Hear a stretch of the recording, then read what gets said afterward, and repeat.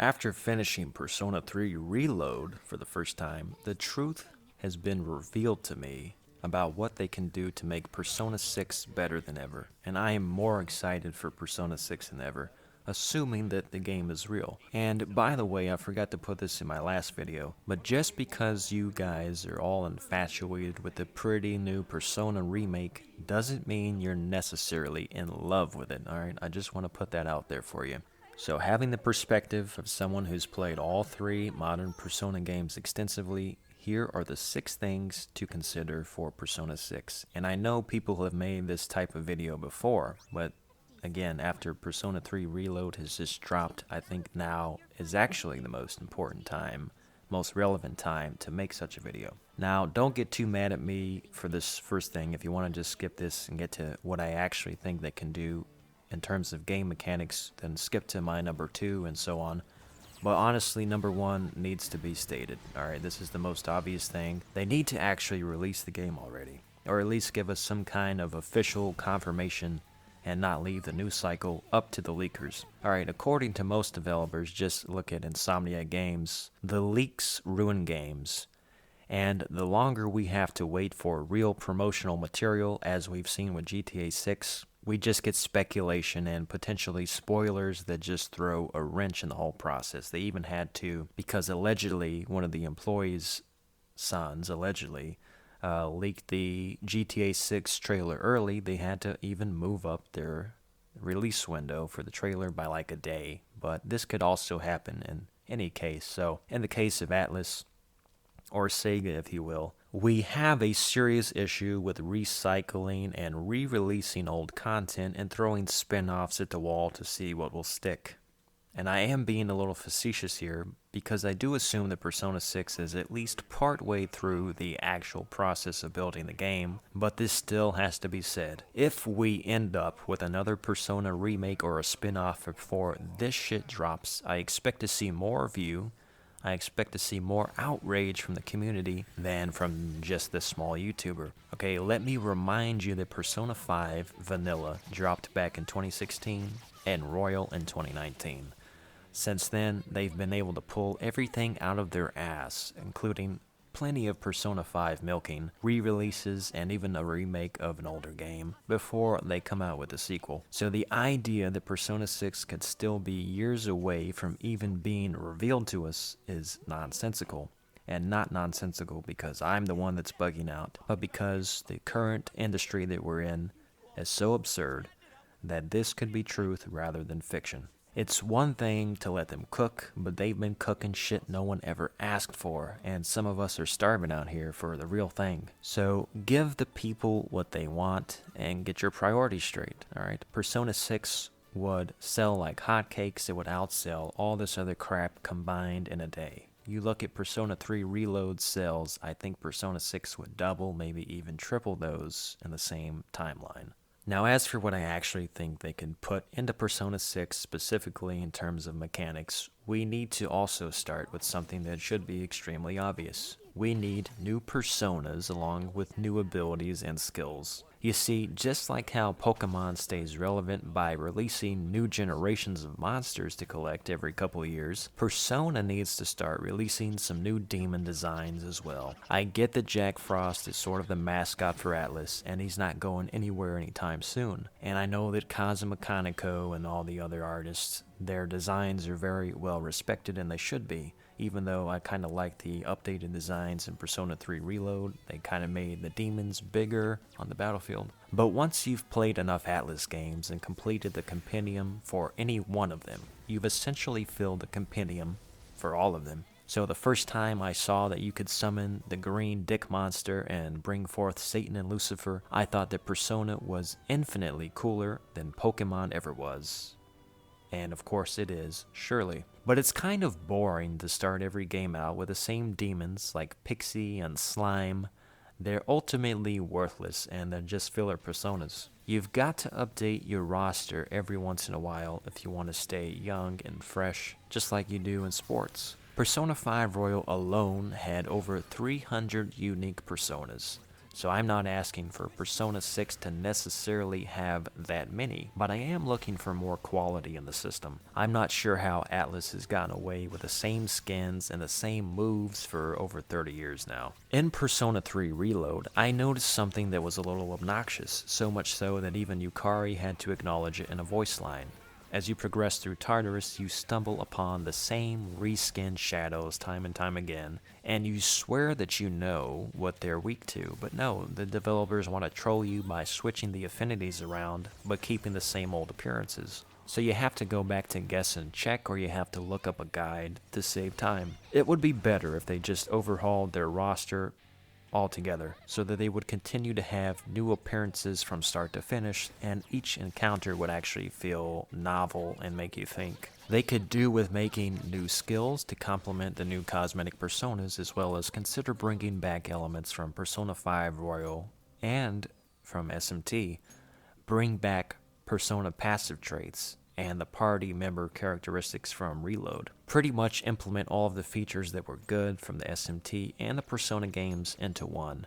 I understand that the counterpoint to this would be that you don't want to alter the pre-existing system too much to the point of potentially alienating the fans who have got the muscle memory down thanks to familiarity. But at the same time, you have to agree with me that these stank-ass personas are getting stale in every game. You already know for the most part what they'll be weak to, how to fuse them, so it just makes the most sense to bring out some new demons for the new game. Reload gives some of these guys a nice glow up, but they can go back to the grind, research a bit more, and come up with some new personas, just like how they swap out the personas for your party members in each game. If they can give each party member a cool and unique persona from game to game, I think they can do it with the regular shadows too. One last thing they need to do is bring back Persona Evolution. I really enjoy that in SMT, as it allows you to create some unique demons that can only be acquired if you max your bond with the demon that you're carrying around. So bring back Persona Evolution, bring back the little gifts that they give you from Reload, and bring us some new Persona skins and new types of abilities to make the mechanics a little bit more robust. Just as Persona 5 gives you baton passes and showtimes and some other ideas, I would like to see Persona 6 surprise us as well. So one of the things I hate about Persona 3 Reload is that they decided to pretty much make Merciless a pointless game mode. At least if you're interested in partaking in New Game Plus. Almost nothing carries over to Merciless on a New Game Plus run, which is where you really get to enjoy the combat elements of a Persona game now that you have your compendium field and your social stats and links maxed. You can just skip the dialogue and get into the dungeon crawling. So they need to bring back more elements of replay value organically, and also improve upon the existing formula. One example is how they were smart to introduce the replayable dungeons in Persona 5 Strikers. Once you beat the story, you get a specialized save state from which you can revisit the dungeons, although you can't go back to the cities, which is disappointing. But you can explore those dungeons at your own leisure, and even challenge the boss fights on a harder difficulty than was available first as you were going through the story. Persona 5 Royal has some of the best level design ever in a video game, but one of the minor annoyances was the inability to revisit the levels outside of a fresh New Game Plus run, or if you happen to be holding a save file on your data. I think that they need to bring back Persona 5 style dungeon quality, but also create a system kind of like Persona 5 Strikers, where after the story is completed, all the deadlines have been met. Maybe you can have some kind of free roam after the story, so that you might now not need to necessarily start a New Game Plus run outside of some of the special rewards that the New Game Plus extra difficulty might provide you. So they need to bring back New Game Plus, super bosses, and just generally design a more organic system of replay value that saves time and gives you more player choice. Also, having a bonus mode like the Thieves' Den, along with some extra challenges to keep you invested in completion and replaying the game, would honestly be a must-have, I would imagine. You can't have a Persona game without confidants, and Persona 5 Royal had one of the best systems with the confidant abilities, which greater incentivizes doing the social links even for some of the less interesting characters, so that at least you could acquire the important battle buffs. I distinctly remember focusing on certain confidants in New Game Plus of Persona 5 Royal just so I could unlock those cool abilities that made Mementos easier and more fun. Persona 3 Reload also found a way to sort of streamline the experience in such a way that although the linked episodes were smaller in number, they seemed to carry with them much greater attention to detail, as well as having more continuity within the story proceedings. They're kind of like the drink links in Yakuza 7 and 8. They aren't required to do well in the story or to fuse the personas, even though in Reload they kind of are, with the items you get from the male confidants. But they are nice side activities, nonetheless, that do feel worthwhile and well put together. Also, in Persona 4 Golden's re-release, you have the ability to view the scrapbook and replay the confidant scenes 1 through 10 without allowing you to change the canon choices that you made that impact how they play out. But it would be nice to just be able to re-watch these moments in-game without having to do New Game Plus. It would also be cool if you could see the dialogue choices that you made when you do a New Game Plus run, the way that Soul Hackers 2 actually highlights and saves your past selections. Maybe make the dialogue options a little bit more impactful than they were in the previous games by bringing back confidant reversals and rejections and so on. Obviously, your social stats dictate what you're able to say and do in certain aspects, but if you're following along a guide, you hardly ever notice what you might have not been able to do if you didn't prioritize those stats. So it would be interesting if they gave you some kind of alternate endings or alternate scenes if you answer in certain ways, kind of like some of the details that show up during the new ending of Persona 5 Royal with how you deal with some of the choices in a particular social link. So just in general, I'm looking for the social links to feel a bit more rewarding and impactful, if that's possible for them to figure out how to do that, and make them a little bit more streamlined like they were in the linked episodes. So number 5 is just kind of a general thing that every JRPG could do better with, which is being a little bit shorter with more emphasis on replayability, as I talked about a few minutes ago. Part of the charm of the Persona games is that they are a bit of a slow burn where the character development takes hold over time, but they also take hold of you and make you into a hostage if you let them. So I see a lot of people saying that Persona 3 Reload is shorter than the other games. It's obviously shorter than Persona 5 Royal, but I personally didn't feel that because it actually took me a longer time on my first playthrough because I decided to go slow and fully explore the world. So there wasn't as much to explore, but there's still enough on offer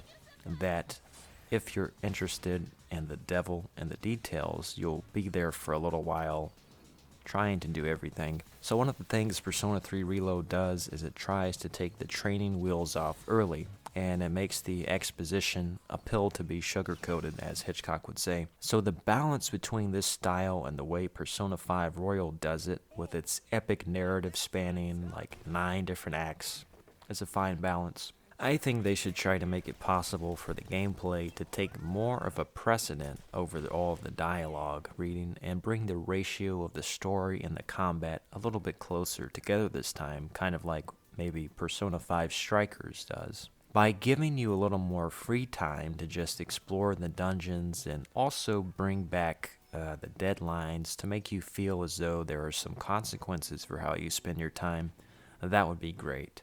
Obviously, the use of time is what makes Persona games interesting and unique, and perhaps no two players will ever have the same experience given the calendar system unless they're using the same guide.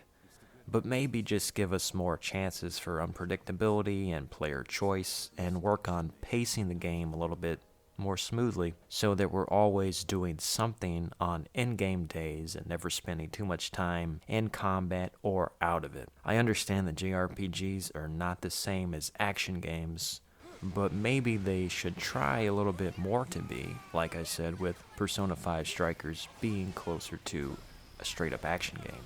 Now, for my final choice, I know a lot of people have been asking for this. Now, this doesn't mean too much to me personally, but I know a lot of fans of the series and a lot of fans in JRPGs in particular would like the inclusion of same-sex romances in these games. So it's an odd choice in Persona 3 Reload if you take a look that they make a point to flash the rainbow flag during the first scene of the game, suggesting the possibility that you could tag team the best boys together with the main character, or vice versa if they had the FemC in the game. They even have, if you pay close attention, a certain NPC that is thirsty as shit for Mitsuru Senpai the entire game. So along with the ability to have the option to potentially have more romantic partners and maybe even a female character, I think they could explore the possibility of multiple narrative pathways and maybe even multiple playable characters like they did with Catherine having 13 different endings, or something like Sly Cooper or GTA 5 where you get to actually play as more than one protagonist. Now I know this is sounding a little bit too ambitious for a Persona game, and maybe that's the wrong direction, but I think Persona 6 needs to be the most ambitious game that Atlus has ever made, or at least P Studio has made, so they could explore going back to a more adult-oriented cast, and also cut down on some of the tonal incongruence that anime has by default. I think a lot of people like the more mature tone and writing of Persona 3 Reload, and they should probably stick with that. And maybe they could just meet us in the middle with some college-aged kids. Like they basically had that with Persona 3 characters anyway, living in Iwatodai dorm together like a college setting. So I would like to see some new dynamics that keep things interesting, the same way that introducing new personas could make it feel like we're playing not just a new game in the series, but almost like an entirely new concept for the series. So let me know what you think about my ideas. Are they stupid? Am I on the right track?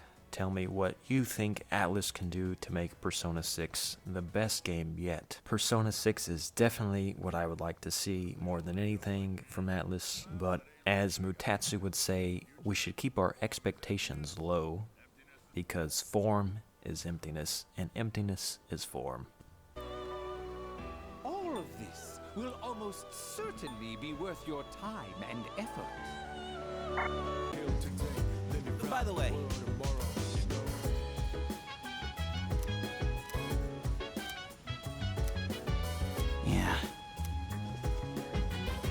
I have a suggestion.